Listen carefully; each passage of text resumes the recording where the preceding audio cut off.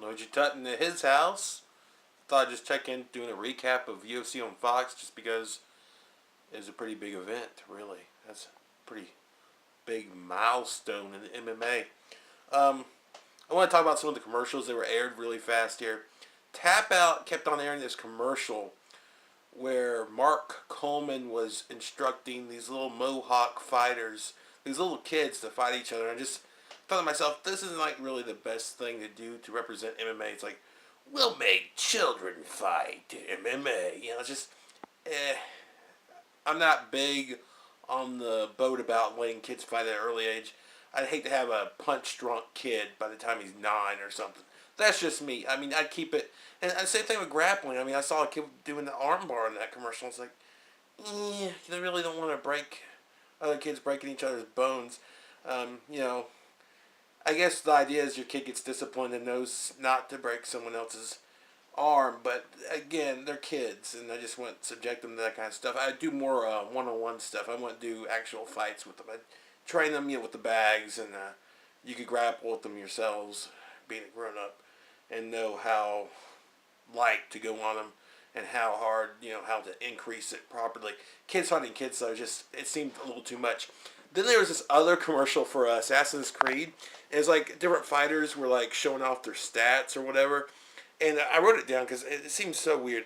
BJ Penn, 963 battles. What the hell? What is that? What is that? I mean, what does that mean? I think he's had like somewhere around, was it like 25 fights or something? He's not had 963 battles. Unless we're like talking about like battles with the burrito or something. I mean, if he talks like daily different things that come up, I understand. But 963? Is he counting like grappling expeditions and stuff? I mean, just seemed crazy. Something now with the show. Something that I thought was hilarious was like Brock Lesnar playing ball. Because Brock Lesnar's been an ass. Like, Brock Lesnar will not do a lot of this little media stuff. And there he is sitting in a suit playing ball with Dana White and some chubby black guy. It was hilarious, and I loved it. And Brock Lesnar kept on, making little jokes. And like Dana was saying, like, Junior Dos Santos has fought all the best wrestling heavyweights ever. And Brock took offense to that because, he hasn't fought Kane and he hasn't fought Brock at that point. And those two are the best wrestlers in the UFC. It was a little funny, though, watching them butt heads in a comical fashion. It was lighthearted and stuff, and I just thought it was so weird, though, to see Brock Lesnar playing ball. Usually he's really, quiet or really angry and lashes out, but he was actually trying to give Dana what he wants from Brock, which, what he also wants from Diaz, is someone who will, do this stuff, do this media stuff and help position MMA well. All right, before the actual fight, I saw Larry Landless in a yellow mohawk checking the fighter's gloves, and I was thinking, please don't let this fight be refereed by Larry Landless. Larry Landless is like one of the worst refs ever, and for some reason he was brought back in the UFC just for the Fox card. I have no idea why. He's just a really bad ref. And luckily, we didn't get him. We got Big John McCarthy. Great. Awesome. Big ups for that. I don't know if you see my prediction video, but I made out pretty well because Junior Dos Santos got a temple punch and finished out Kane. Now, the thing with it was technically it's a TKO. I don't think Kane was ever really out, but when you're getting flurried like that, you have to interrupt the punches yourself. And, people will say, well, the ref came in and Kane looked great. Well, of course, the ref came in and pulled him off, and, Kane was awake. But a few more of those unanswered punches hit, he's out. I thought the ref did Kane a favor in there, because if you let him finish it out, and some people believe championship fights should be finished out to where you have a supreme winner. And just go ahead and if the other guy gets brain damage, it don't matter. At least we know he's the winner, blah, blah, blah.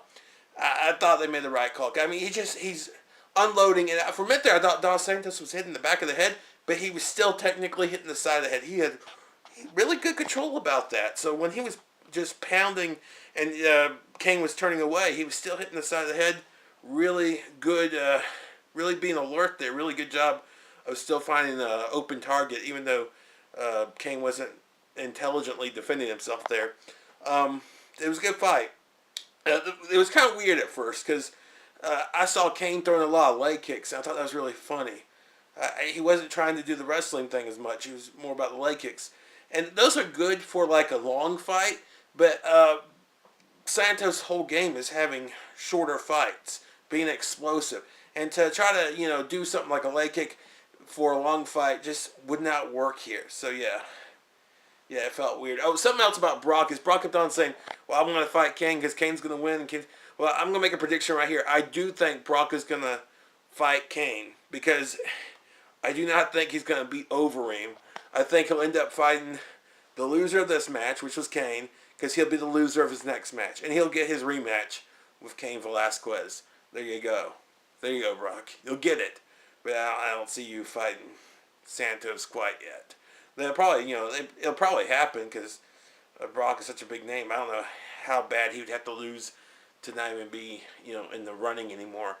But yeah, there's a prediction because he was just overlooking a lot of stuff. And at the very end, he started coming back and saying, "Well, I gotta go through All-Star," but he just was skipping him so much, and he was like a broken record about fighting Kane again.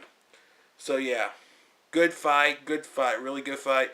I'm hearing though a lot of people saying that the recapper recapped Guida versus Henderson, saying that was a great fight. That was a really good. It was decision, but it was a good fight. So they kind of missed out, not taking that one up too. They should have had 2 fights there because it seemed like there was a lot of fluff there, a lot of little stuff.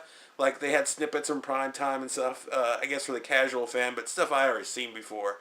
I really didn't care to relive. So I almost was changing the channel as well. They were showing the first 30 minutes of their speculation and their background of the fighters and everything. So yeah, they need to fine tune it some more, but it was pretty good. I wish they include that co-main event, but whatever. It was a good main event, and I'm looking forward to Santos as champion. I think Santos could actually bring some make the longevity to the title because no one's really held it for long now.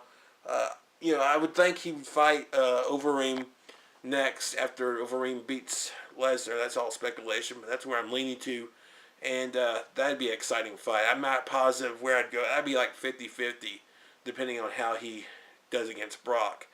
But yeah, that would be a great match. But I think Santos can actually hold on to this thing for a while. I'm hoping he can, because I really like to see someone make a long run for it. So yeah, this is Noyjeetut. I'll talk to you later. Bye-bye.